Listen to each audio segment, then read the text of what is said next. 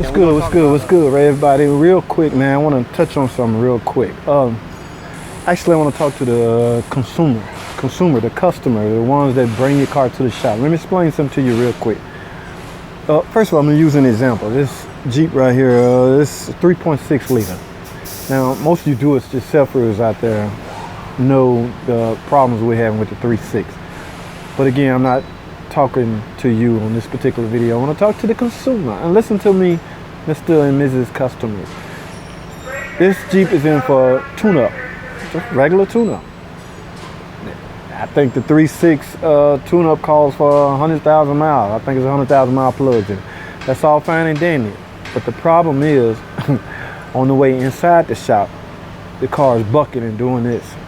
So it may go further than a tune-up, but my point is explaining yourself to the service facility that writes you up. You have to be more specific. You have to say, basically, I wouldn't go in and ask for maintenance tune-up if I have a problem. If you know your car bucking, you're past a tune-up. Sure, you may need a tune-up, but you should also ask that service facility to check and see why your car is bucking and jumping the way this one was.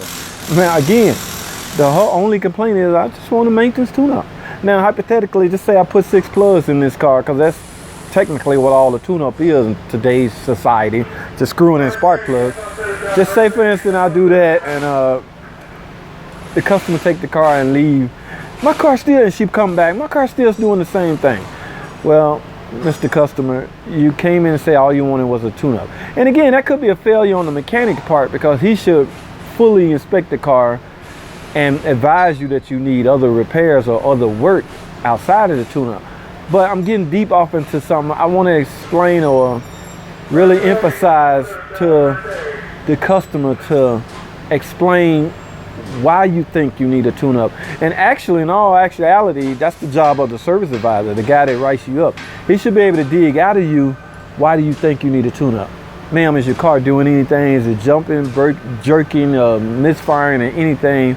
Why do you think you need a tune-up?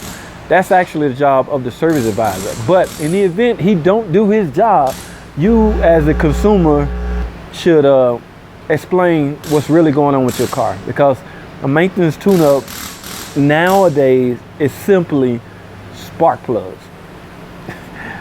Times have changed, boy. We used to go in and do this, check that on the tune-up. Now it's just spark plugs. So try to explain yourself more as to why you think you need a tune-up. Now, sure, I'm gonna go ahead and screw in the spark plug, and I'm also checking and find out why she's bucking, missing, and jerking, and give her an estimate on what can cure that. That's all I got, man. I want to keep this short and sweet. Just the importance of explaining yourself when you go to a shop.